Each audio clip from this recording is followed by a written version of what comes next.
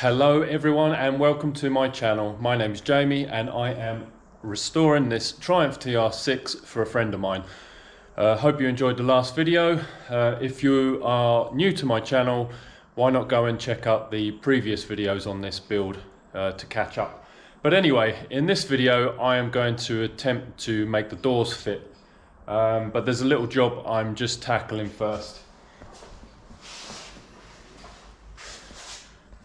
So if we look underneath the dashboard, there is this area which water runs down. It comes through the vent here. There's like an air vent.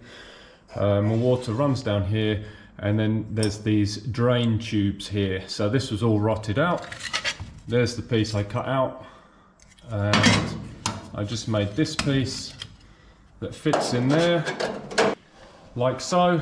And now I need to tackle this corner piece and put a little drain tube in there which a pipe attaches to and runs down here somewhere. So I want to get that done first before I tackle fitting the doors. Here is the right hand door. I mentioned in the previous video that this needs some repair. So as you can see, the bottom is rotted out. This is normally from, it has drain holes here, but they can get blocked, and then dirt and debris blocks the drain holes, and then it rots from the inside. So I think I'm going to tackle this because it's not too bad. This is all the stuff that fell out of this panel when I cut this off. It's bits of rust and dirt and everything, so that had blocked this drain hole. Water has nowhere to go, and then it just eats away in here. So I need to clean the other side out. The tube is a bit corroded on that side, but the actual panel is okay, so that's good. Okay, so I just got the two pieces tacked in there. It fits really nicely. So let's get this welded up, and then I'll add that drain hole later. Okay, so that section is all done. I still need to figure out a way to fit a drain hole there. I don't have the right size tube for it, so I'll have to figure something out there. So next up, I think I'm going to tackle this door. So as you can see, there's quite a lot of corrosion around here, up to about here, all the way along the bottom here, about here. So I'm going to grind this lip off and then cut this out, make a new piece, weld it in. And also on the other side, you can see here there's a couple of spots that need attention, so I'll probably have to cut this section out, make a new one. There's also a couple of bits at the top of the door, nothing too bad. I probably can just plug those up.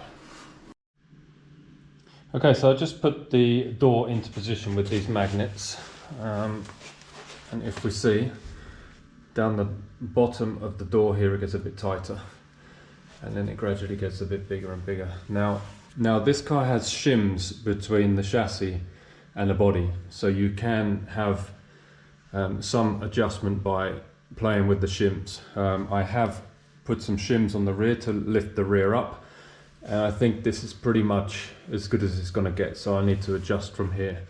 So this is a section I need to repair. I've just roughly made a mark there. So I'm going to run a piece of tape down here, so when I put the repair piece in, it will follow the new line that I need for the correct panel gap. If we work our way to the front here, it's a bit dark, I don't know if you can see, it's slightly bigger here, but what I can do is build this up by welding on the edge of the door to fill that gap a little bit. But yeah, under the gap at the bottom of the door is pretty much perfect. These seals are new, so I measured these when I fitted these, so that's good gap there. So what I'll do is I'll go and get some tape, run it down here, get a rough idea. It'll be pretty accurate, but I can always add or take some off when I actually finally fit the door. So there you go, this gives me some idea where the new line of the door needs to be. Let's take it off and cut it up. So I just removed the material with the grinder, and as you can see, the gap is a lot better. It's not perfect, but it's something to work with. So now I'm going to make this repair to this line, and I'll do the finer adjustments once that's done. I'm going to start by making a template of the repair panel I'm going to make. So you can just run your fingers along the edge of the door like that, and it gives you a nice line of where to cut. So there's my template.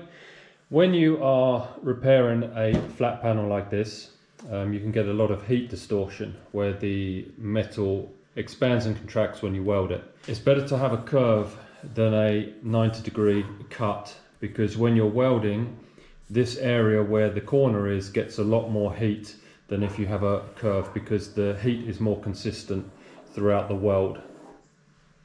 I just scribed a line and now I'm going to cut it out.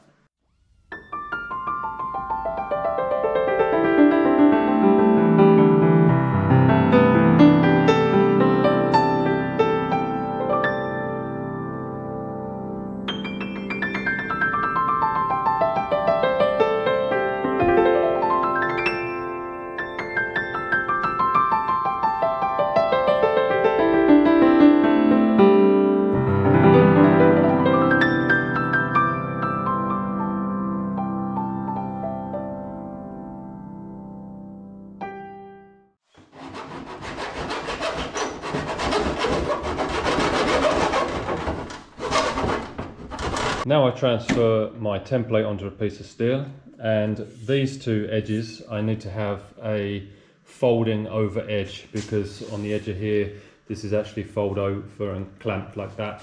So I've allowed enough material for that. I measured the off of the door how wide it is. I'm going to scribe that along there and there, and then just scribe around the rest of it and cut that out. You can also see the level of corrosion to the frame. So that is what I need to address as well.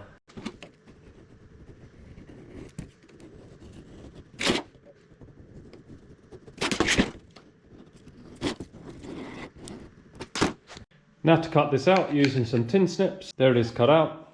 I folded these edges over. I also shrank this edge a little bit because this has a slight curve going this way, and then I just by hand put a little bit of a curve on there, and then that fits in there, not too bad. A little bit of adjustment and it should be fine. Okay, so it fits pretty well, so I'm going to tack that in place with a MIG welder. Okay, so here's where we're at.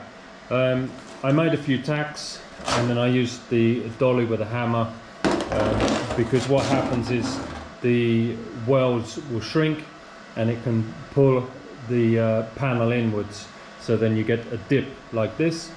So every time I make a few tacks, I then give it a bit of a hammer to bring it back out and then continue.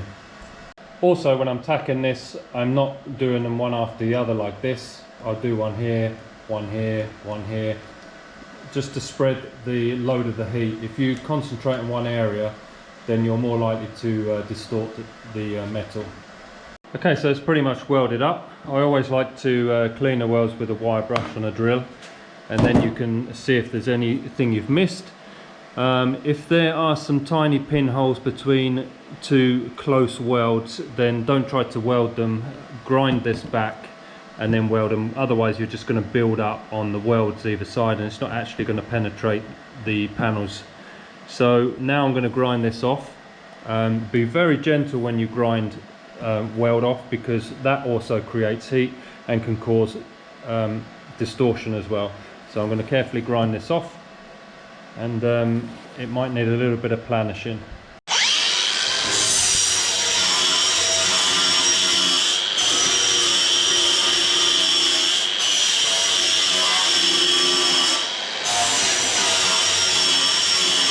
I like to finish the grinding off with a Rolock.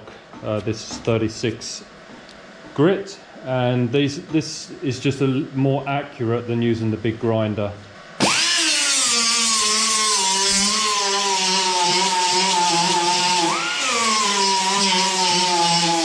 So a little bit more grinding, a bit of hammering and planishing, and I just went over it with a DA sander. It's always good to use that because you can see in more detail if you have any spots that need further sanding. As you can see, there's a few spots here that I need to weld, little pinholes, nothing too much, and I'll grind those down. It feels A little bit of a low spot there and a little bit one there, but nothing too bad. It's also good idea to get a ruler like this, and then you can look down and see if there's any high or low spots. As you can see, there really isn't much of a gap, so this would be good enough to go painting, as long as there's not any high spots really. But yeah, pretty good result. Okay, with that done, I just flipped the door over, and it's always a good idea to check for how good the penetration is, meaning that it's welded through all the way through the material, and as you can see it has. And if you're wondering why I didn't use a TIG welder, I actually prefer using a TIG welder because it's not so messy and there's not as much grinding. But in a situation like this, if you have quite limited space to get behind it for planishing, then I like to use the MIG. Also, you can control the heat a little bit better by doing spots here and there rather than a continuous weld. So that is the reason why I use it in this case. So next stage, I'm going to cut this out along here all the way up to here, and then make this area. I'll do it in two sections. So this from about here to here is dead straight, so I'll make that in one piece, and then I'll make this curved corner, and then I can tap this edge over. This edge here, I'm going to have to grind this away, and then a bit tedious, but I'll have to put a little strip in there and weld along here. No big deal. Okay, so I just cut along the whole length of this. I put a straight edge on there so it's nice and straight, and then I drilled a big hole using one of these Christmas tree drill bits, because I can't get the cutter in there without damaging the outer skin. And then what I will use now is a saw to cut down there, and then I can remove this whole piece. Okay, I managed to cut this out in one piece, which is cool. But I have noticed what was hiding underneath this was some corrosion along here. I mean, it hasn't blown any holes and it feels quite thick, so I have to decide whether I'm going to cut that out and replace it, which I might well do, because I will have to weld along this whole section anyway to put that lip on that folds over, so it's kind of the same amount of welding, so I might replace that and do a proper job. So, but first I'm going to make this replacement bit. As I said, I'm going to make it in two pieces. No point in trying to make it in one big piece. I'll just make this flat piece first, which is really simple, just a fold there. I need to add these drain holes. Actually there's only one, that's just corrosion there, so I add that drain hole. Then I'll make this corner piece and then we'll fit it up. Where are you going? I just started recording, you fucking idiot. Continue without you, Ollie. Anyway, right, I'm making... Ollie's in the house. Right, I'm making this piece here. So measured it out, that's where I'm going to fold it. Easy peasy, and then I need to make this corner. What are you doing, Oliver? Well, I'm listening to your story with this is flickering. If I turn this off, it stops flickering. Yeah. Ollie's making his race engine for his Mini. Yeah. It looks very nice. Need to cut out some stuff, but for the rest, yeah, bolts don't fit. Well, the bolts fit. This doesn't fit. The rocker cover. Exactly. Thanks. Which is an aftermarket one as well, right? Yeah, it is. Yeah. So this is a, was it 1.4 thereabouts? 1380. 1380 race Mini engine. Yeah. Which Ollie's been building for the Swift tune head. Yeah, everything's done to it. It's very, very cool. It's going to be very fast. That's the whole idea. At least 110 brake horsepower. Well, that's my idea anyway. That's pretty much for a car that weighs nothing. Yeah, well, let's hope so. Good luck. Oh, thanks. So this is the jigsaw so far. So I have this piece here with a fold in. I cut this piece out separately, bended that around, and then I shall weld this here.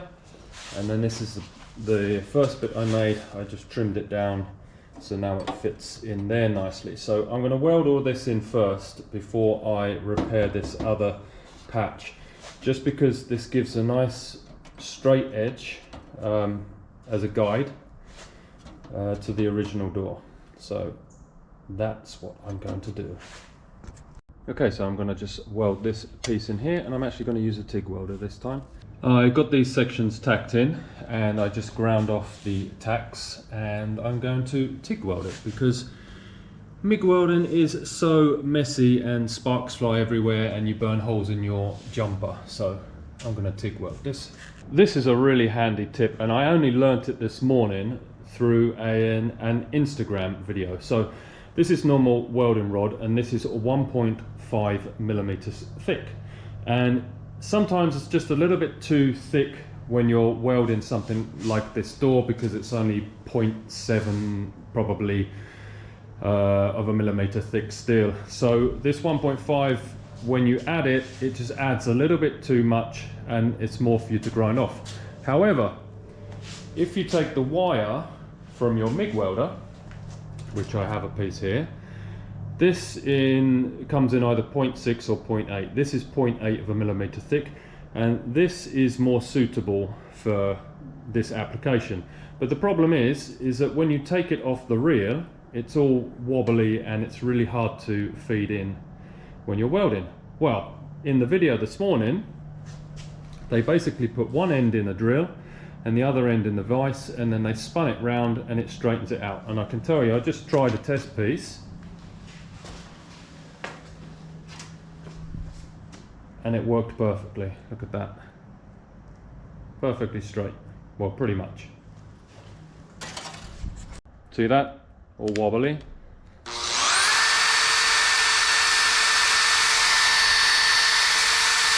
See? Look at that. Wicked. I hope it makes sense what I said about the welding rod. Basically, the thicker the rod is, the higher the temperature you need to be able to melt it. And if you have a nice butt joint where the two pieces of metal are touching, such as this, then you need less heat to weld it together or fuse it together. But in a situation like this, where I have a little bit of a gap there, as you can see, I'm going to use the thicker rod, because that will fill that hole using less heat, if that makes sense. I hope so. There it is, all welded up. As I explained before, when I was doing the outer skin, that when the heat expands and contracts, it can pull the surface inwards. So if we put a straight edge across this, you can see that there's a gap there. So I just need to hammer from the inside, hammer this down a little bit, grind it off, and it should be fine. Okie dokie, so this is pretty much all done. As you can see, this has all been cleaned up, a little bit of planishing, and it looks pretty good. And then if I flip it over, so on the other side, there are a couple of little bits I need to address, and I just need to grind off this edge here. And there is a couple of little low spots, but nothing too bad. I've run the straight edge over it, and I mean, this could just be skimmed and painted, but I want to address a couple of little bits. But it's turned out all right, so I think it was worth saving. One thing I will say before I finish this video is, when you are welding a flat panel like a door or something like that, what happens is, as I said before, is when you heat the metal, it expands and contracts, and the rest in place is different from what it was before. So then you get some distortion. Now, if you have a panel like this door, and before you start cutting and welding, say this part here is absolutely fine, and then after you have welded, this either goes in or usually goes in like this, don't start hammering here, because the problem is usually, most of the time, where you have done the work. So the same thing happened here. I actually TIG welded this piece in here, and this spot here was dipping in. So I turned my attention to where I have made a difference and hammered out this weld here, expanded it by hammering it because it makes the material thinner, and this spot immediately just popped back out, and it's perfect as it was. So it's a mistake that a lot of people make, and I have made that mistake in the past when I wasn't so experienced. Don't start hammering where the problem wasn't. Pay your attention to where you've done some work. So there you go. Lovely light out there today, look. Anyway, people, I'm going to end the video there. This video was supposed to be about fitting the doors, and it turned into a video about repairing a door. So in the next video, I promise I will start fitting these doors, but I thought it was worth covering, doing these general repairs if you learn something from it. And I'm learning every day, so it's great. So anyway, once again, thanks for watching. Please like and subscribe and support the channel, and I will be back very soon. Okay, cheers.